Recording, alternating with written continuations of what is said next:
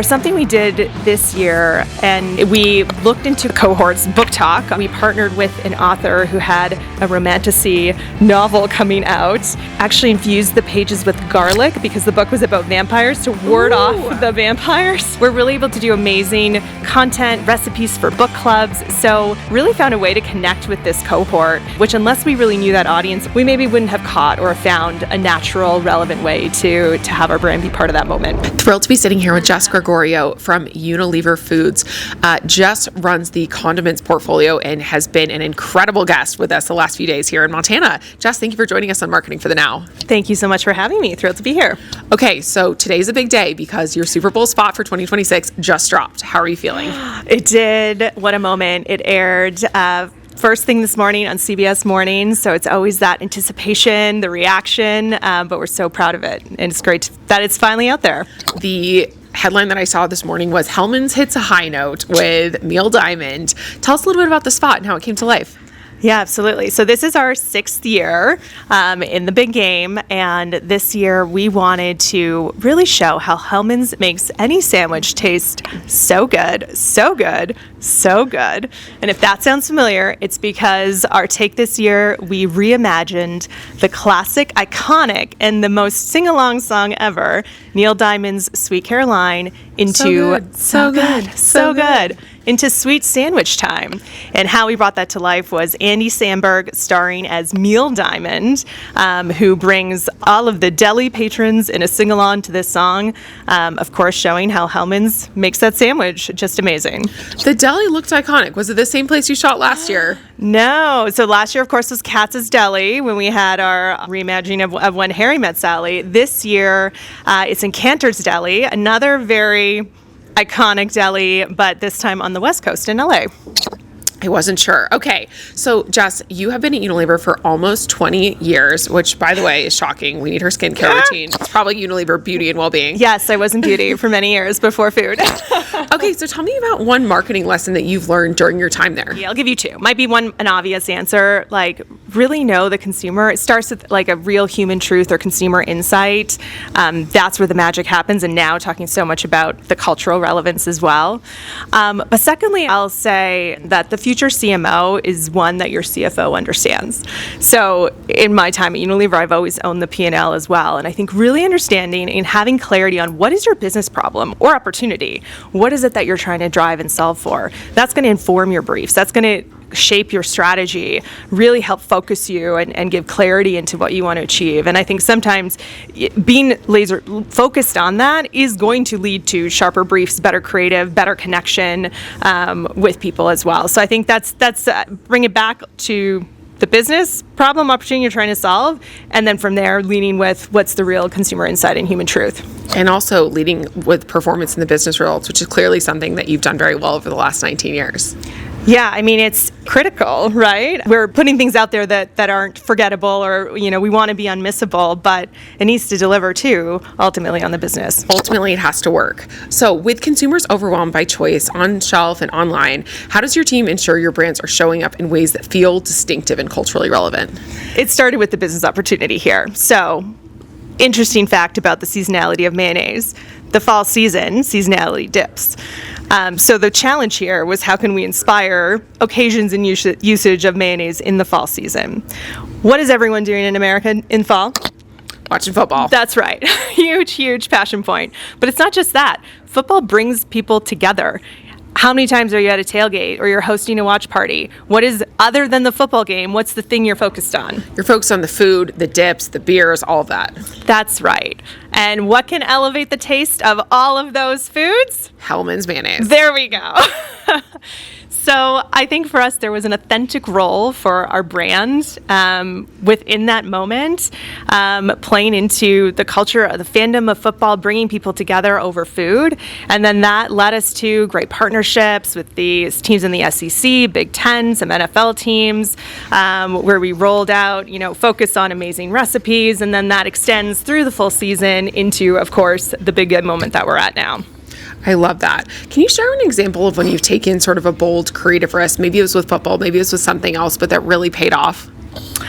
Yeah, I mean, definitely last year's big game ad was one. I think when we talked about when Sally met Hellmann's and kind of recreating this iconic scene, and could push the limits a little bit in terms of being a bold, creative idea. I think on that one, it was really about having an authentic role again for our brand. The sandwich transformed and triggered that reaction in that moment. But there's another one that I'll talk about, and we talk a lot about the cohorts and understanding your audience, and what creative that you're engaging with in social might look very different than mine if we look at our algorithm side by side, probably right? does. Probably does. There was something we did this year, and we looked into cohorts, book talk, obviously a very thriving community. Thank you. That is the right word.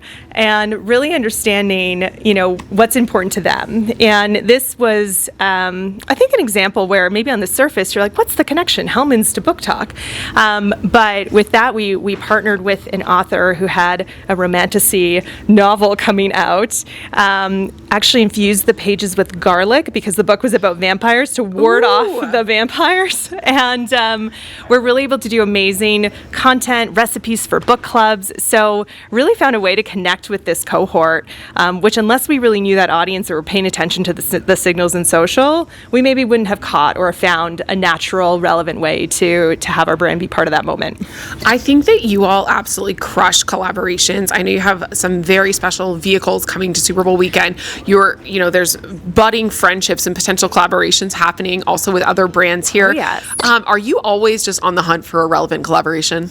Yes. No, I think it's this, it's an external curiosity too. Like I'm, as a consumer, as a person, always in my social feed, paying attention to what's catching my eye. And I think there's something really magical when you can bring two incredible brands together and create something even more magical. So yeah, I think we're always on the lookout for what could make sense in the future. And I believe that you'll be doing a very fun collaboration with another Vayner partner this Super Bowl season in the form of a physical sandwich. Yes. Oh my gosh, this one is so exciting. So Jimmy John's, great sandwiches. We love Jimmy John's. For this Super Bowl, they are creating the Meal Diamond sandwich, which is a ham and 3 cheese melt made with Hellmann's, of course. That will be available during the month of February. On French bread. Sounds delish. Delish.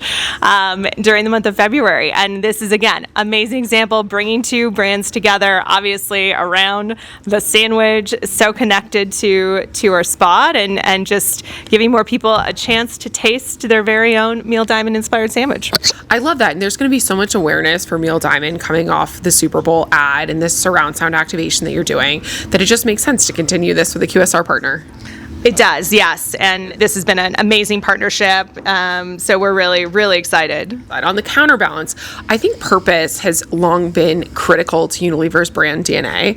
How do you think about ensuring that is a through line amidst all the relevant collaborations and cool creative activations that you're doing? Yeah, it's where does your brand have meaning in someone's life? I think of, amazing brands, and Unilever Dove, I think, has been the pinnacle of having purpose weaved into brand DNA. I think on Hellmann's, something we've done or are doing again with this Super Bowl is continuing a food recovery on food waste program with tailgates that are happening in Super Bowl. So again, I think it has to feel authentic to your brand. How are you really giving back and helping to the community in that way?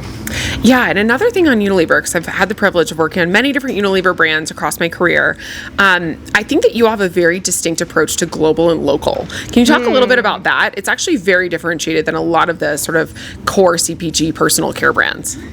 Yeah, we want our brands to be relevant where they are, but there are certain things that the DNA of a brand that makes sense to travel globally, but then there's nuances in local markets too. And I think if I think of Hellmann's as an example, trending flavors, we have a flavored mayo portfolio. Flavors that really resonate in America might be different than in Brazil or in Europe. And so even as we approach product innovation, it's really understanding and listening to what consumers are looking for here and being able to meet those needs in the most relevant way regionally, while still leveraging the power of having a global positioning. Power of the big brand, but like local adaptation, whether that's package design looks slightly different, flavor design, fragrance, which is a huge driver, of course. I think it's really interesting to see how Unilever does that across the board.